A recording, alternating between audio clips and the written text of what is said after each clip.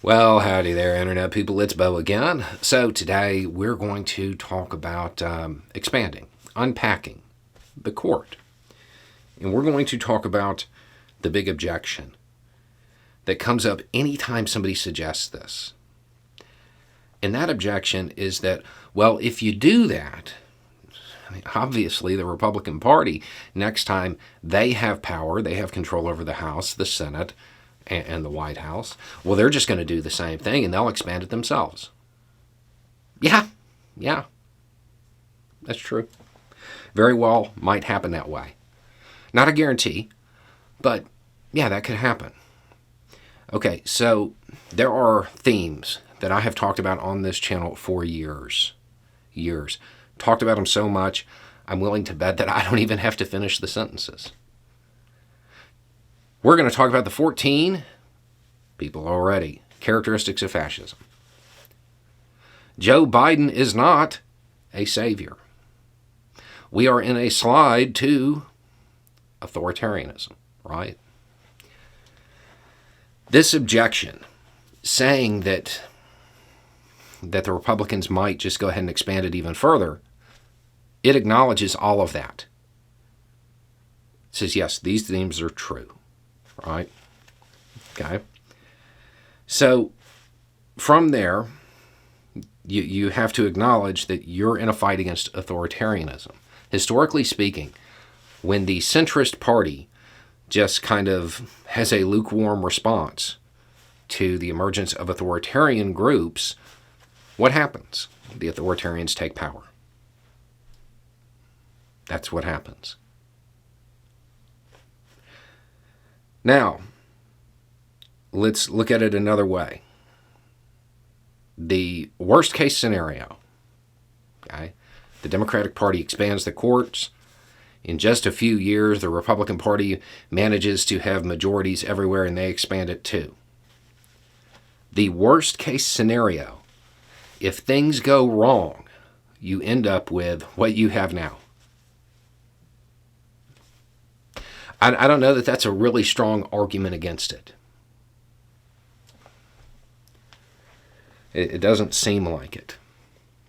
There are some realities that people have to face.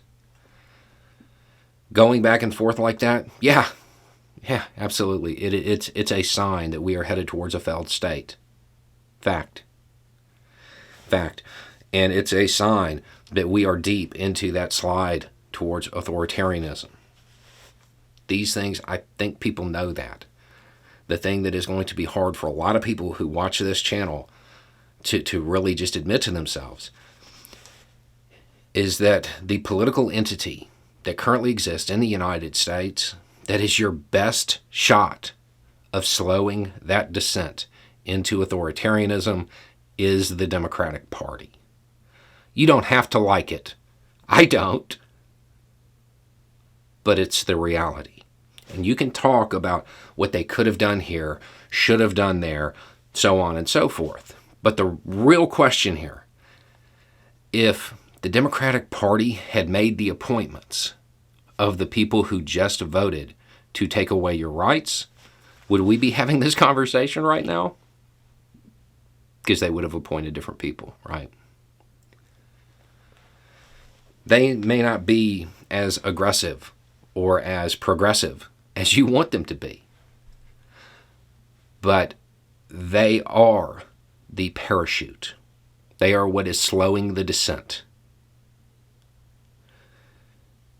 If they expand the court, it buys a few years. Worst case scenario. Worst case scenario. So, to me, at this point, it seems like it's really the only option. And then, to that objection, take it out of the political for a second. And understand that there are a whole bunch of more rulings that are going to be coming down the pike. I want you to picture yourself talking to one of your friends who wants to get married, that because of the court's push against marriage equality may not be able to soon. And say, oh, well, I know that we could expand the court. We could try to go that route. But in a few years, it'll just go back the other way anyway. So there's no point in trying. You would never say that. You would never say that. It's a fight, and it's going to be a long one because the United States has slid very, very far down that slope into authoritarianism. Saying something won't work because the other side might have some response to it, that's a guaranteed way to lose. It's the best move right now. People want to talk about impeaching the judges. Sure, I mean, you could try. I'm fairly certain that is just a non-starter. You're not going to get the votes for it. Be a whole lot easier to get the votes to expand it. And people, again, they want to talk about turning it into federal legislation. Yeah, that might help, maybe. Or the court just strikes that down too, for a different reason. You're not dealing with people who care about the rule of law. You're not. You need to let that go. Don't expect them to play fair. They're not going to. They care about power for power's sake. They do not care about their constituents. They don't care about any of that. Their rhetoric, none of that matters. They care about power. The American people and the Democratic Party especially need to wake up to that. The threat that everybody felt while Trump was in office, it was visible, that slide towards authoritarianism. We could see it. We could read the tweets. It didn't stop the day he left office. We're still there. We still have to fight back. And yeah, sometimes it's going to be 2 steps forward and 1 step back, and that's fine. Don't throw your hands up, though. There are a whole lot of people who are counting on us, those people who aren't personally impacted by these decisions, to stay in the game, to not throw our hands up. They don't have the numbers by themselves. That's why they're being targeted.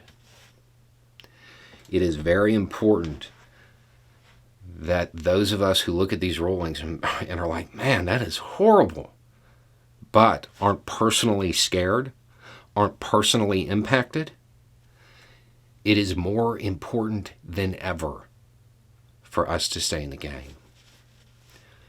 Don't throw your hands up because the solution isn't a permanent one, because we're in for a long fight.